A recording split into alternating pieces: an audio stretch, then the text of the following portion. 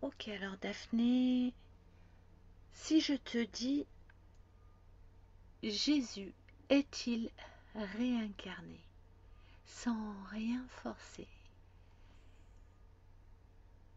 accède à l'information, qu'est-ce qui vient? Qu'est-ce que tu perçois? Qu'est-ce que tu ressens? Ça me dit, il est en chacun de nous. Une partie de lui est en chacun de nous. Et c'est en ça que qu'on parle de réincarnation de Jésus, que nous sommes tous amenés à devenir être de lumière comme lui, et que nous sommes en train d'activer petit à petit ce corps de lumière, justement, ces informations que lui nous a transmises, on est en train de les comprendre, de les assimiler. Et ça me dit qu'il est en train de s'activer en nous comme ça.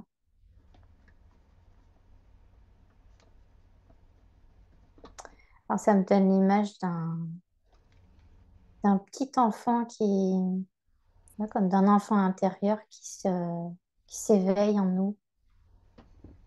C'est ça, en fait. C'est sa présence, ses informations, ce qu'il est, ce qu'il diffuse, on l'a en chacun de nous.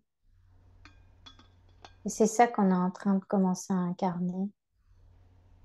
Toute cette lumière, cette douceur, cet amour. En disant ça, j'ai mon chakra coronal là, qui s'agite. Ça me, ça me parle de la connexion avec notre divinité. Ça montre vraiment justement ce- ces informations qui viennent de la source. Ça me dit de votre source, qui, euh, qui passe en nous pour réveiller ce Jésus intérieur en nous. Réveiller son Jésus intérieur. J'adore. C'est beau. Alors quand tu dis... Alors je te laisse continuer, je te poserai des questions après, vas-y. Je te laisse dérouler hein, ce qui vient.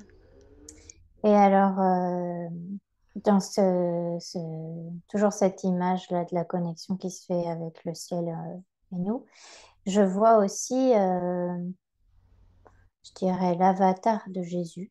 Je, Là, je vois la représentation de lui avec les cheveux longs habillé en blanc, qui flotte en fait. Il flotte comme s'il était justement entre le ciel et la terre. Il n'est pas ici, il n'est pas là-bas, il est entre les deux pour faire le pont, pour nous accompagner. C'est diffuser son énergie sur la planète. Donc il est là sans être là. Ça me donne l'impression, tu vois, qu'il est descendu, qu'il s'est un peu plus manifesté dans les énergies enfin, sur notre planète pour nous aider à ça. Mais qu'il n'est pas, j'allais dire virtuel, c'est pas le terme, il n'est pas corps de chair, hein, il est toujours corps de lumière. Hmm. Ça me dit qu'il peut, c'est comme s'il pouvait pas revenir de toute façon, que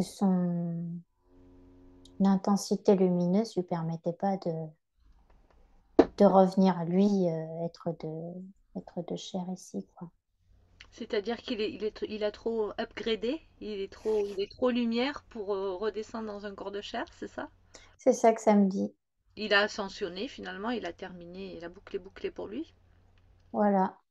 Et Donc donc, il peut être là juste en corps de lumière pour nous, en énergie, en présence énergétique.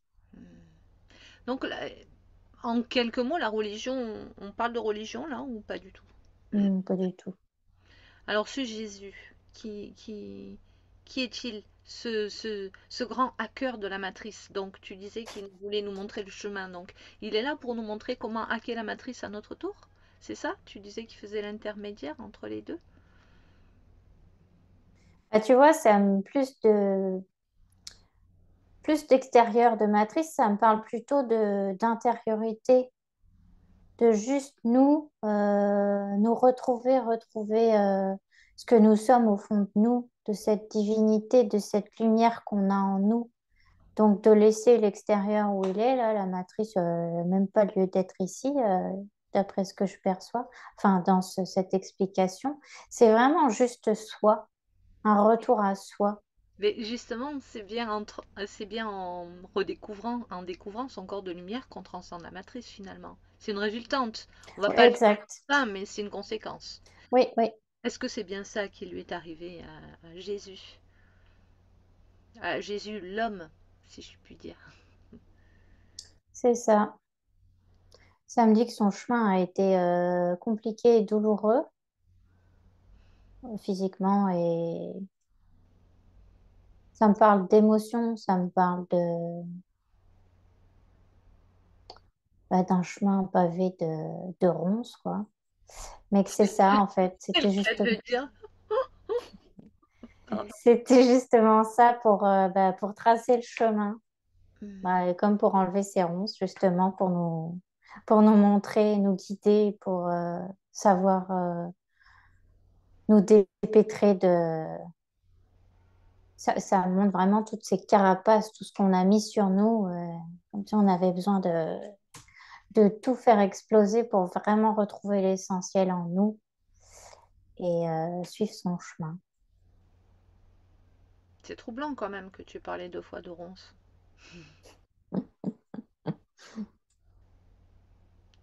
Alors, Jésus, lui, quand il s'est incarné, est-ce qu'il avait quelque chose de particulier déjà au moment de son incarnation? Regarde. Est-ce que Il c'était... était déjà très lumineux, en fait. Il avait une sagesse un peu perturbante je le vois petit garçon, là, pour son âge. Et il était vraiment très lumineux, oui. Alors, du coup, je l'ai vu dans son... tout petit, là, dans son... Comment on appelle ça? En mailloté. Et j'ai vu qu'il diffusait une lumière qui se reliait aux étoiles. Du coup, ça me parle de l'étoile du berger. Qu'est-ce qui s'est passé pour lui justement quand il s'est incarné? Est-ce que est-ce qu'il est passé au travers du voile de l'oubli? Pour lui, ça l'a pas impacté. Il a toujours su qu'il était lumière, euh, enfant de Dieu, comme nous tous, Dieu au sens la source, encore une fois. Est-ce que c'est ça qui s'est passé pour lui? Et voilà, pourquoi lui, il a jamais oublié ça? Il est arrivé en sachant exactement qui il était. Il est justement venu pour ça. Il y avait besoin de quelqu'un, d'un premier samedi, d'un pilier de sagesse avec les informations nécessaires à l'évolution de l'humanité. Donc c'est pour ça qu'il a apporté tout son savoir qu'il est passé entre les mailles du filet, du voile de l'oubli, Hmm.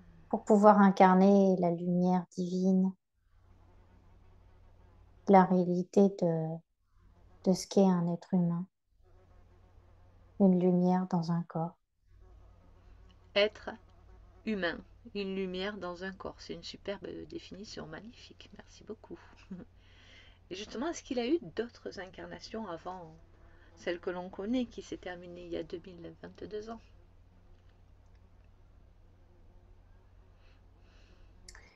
Sur Terre, ça me dit non. Ailleurs, oui, mais pas sur Terre. C'était sa première fois. C'est pour ça que ça a été aussi douloureux. Est-ce que les fleurs de vie attirent les abeilles? J'ai une abeille qui vient à mon cou là. Ok, elle vient de se poser. Elle est sage. Pardon, Daphné.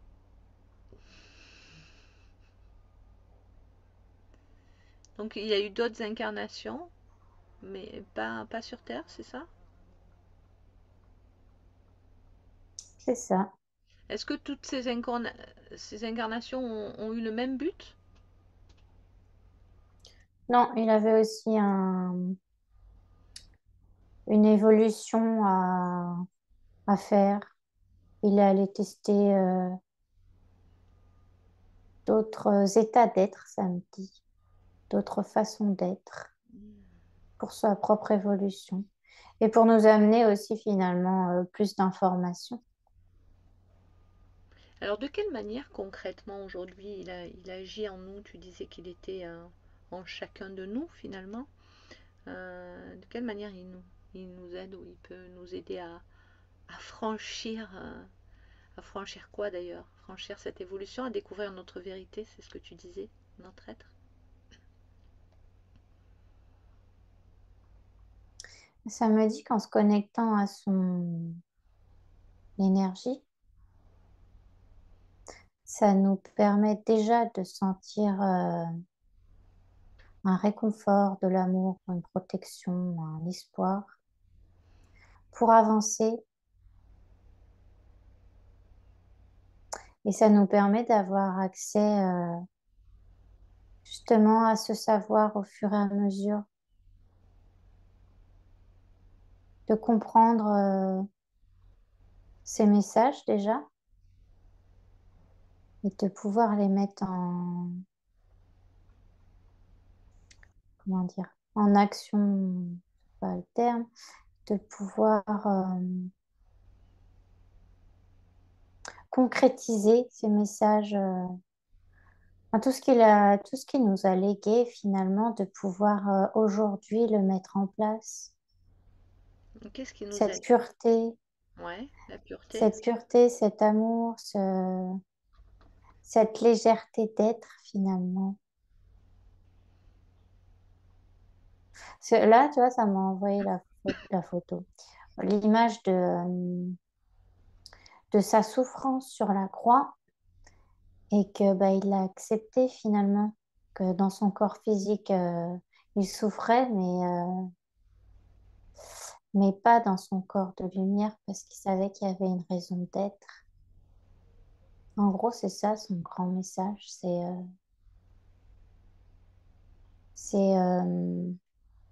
vous savez bien que tout ça, ça a un but beaucoup plus grand, toutes vos souffrances, toutes vos épreuves.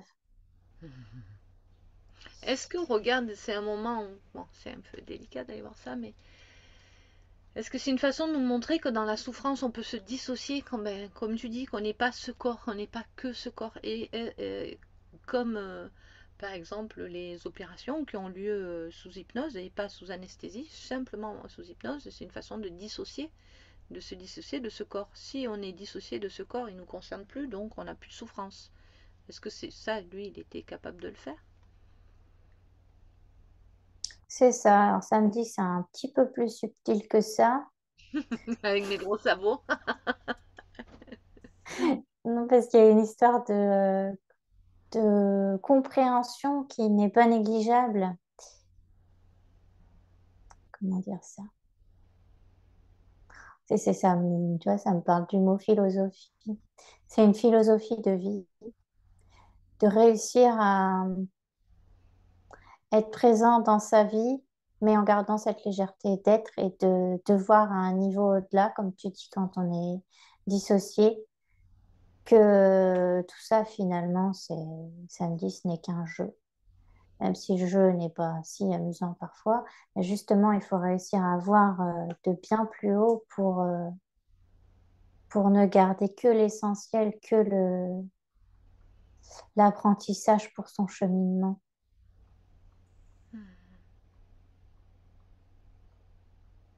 Donc on est d'accord que son empreinte euh, n'est pas une entité extérieure à nous, mais c'est une empreinte en l'intérieur de nous, en chacun de nous. Est-ce que c'est une empreinte sous forme de croyance ancrée en nous, ou est-ce qu'il y a vraiment, ou est-ce que c'est vraiment dans notre ADN ou dans nos cellules, il y a quelque chose, est-ce que c'est lié à notre forme originelle? Ça me parle d'ADN, comme s'il y avait cette information dans notre ADN. Et alors, quand tu as parlé de croyance, ça m'a dit qu'évidemment, la croyance augmentée permettait d'amplifier ce phénomène d'information, comment dire ça? Assez complexe avec des mots. Donc, on a ces informations en nous, mais la croyance permet justement, ça montre de voir au loin, de voir au-delà des apparences et de pouvoir tracer sa vie. Là, tu parles de foi ou tu parles pas de croyance, là? Si? Tu parles de croyance ou tu parles de foi? Effectivement, on va philosopher. Ah ouais, et les samedis, c'est subtil avec vos mots. Euh, On a besoin d'être précis, nous. hmm, C'est la foi, effectivement, c'est pas la croyance. Parce que finalement, tu vois, ça me dit que la foi, c'est une croyance véritable, innée. Enfin, on n'a pas besoin de croire, en fait, c'est déjà là. Hmm. Donc c'est ça, c'est la foi. Je sais plus ce que je disais. Que cette foi, elle amplifiait le phénomène, en fait. Elle amplifiait l'information qu'on le recevait, qui nous était transmise dans nos cellules, finalement. Oui, c'est ça. Donc on a l'information en nous et la foi permet de faire ressortir encore plus cette information, de la mettre en lumière, justement. Je vois plein de lumière qui sort avec la foi, de garder le cap vers le samedi, vers une vie meilleure, Alors, encore une fois, on ne parle pas de religion. On parle de Dieu, on parle de Jésus, on parle de la foi, mais on ne parle pas de la religion chrétienne, de ce qu'en a fait l'humain, finalement, hein. On parle vraiment de la forme originelle. Alors, l'énergie christique dans tout ça, où est-ce qu'elle vient se situer? Est-ce que c'est de ça dont on parle? Est-ce que l'énergie christique, c'est ça? C'est cet avatar de Jésus que tu voyais entre deux, faire le pont entre deux mondes? Ou est-ce que c'est autre chose?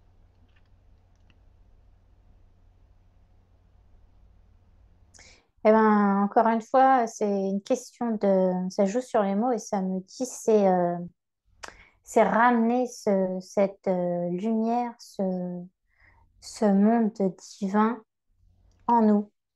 En fait, il l'est déjà, mais c'est l'activer finalement, depuis nous. Le C'est ramener ça, à nous, où je comprends ce que tu veux dire, oui, c'est-à-dire ne pas le garder comme quelque chose de hyper perché, quoi, mais l'incarner finalement dans nos actes et dans notre façon d'être au quotidien. c'est ça. Et d'en avoir conscience, réellement.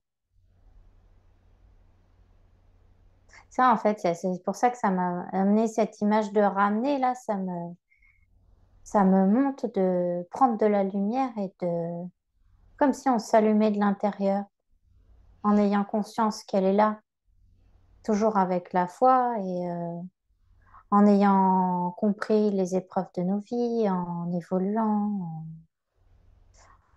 en ayant plus de sagesse finalement. Euh, et ça permet d'incarner cette lumière en nous, cette énergie christique. Alors justement, ça m'évoque la transparence. Quand je dis énergie christique, là, ça m'a montré la transparence. Comme si c'était une question de vérité, de la vérité de qui nous sommes, ce que nous sommes, de cette lumière dans un corps, et finalement, originellement, juste une lumière.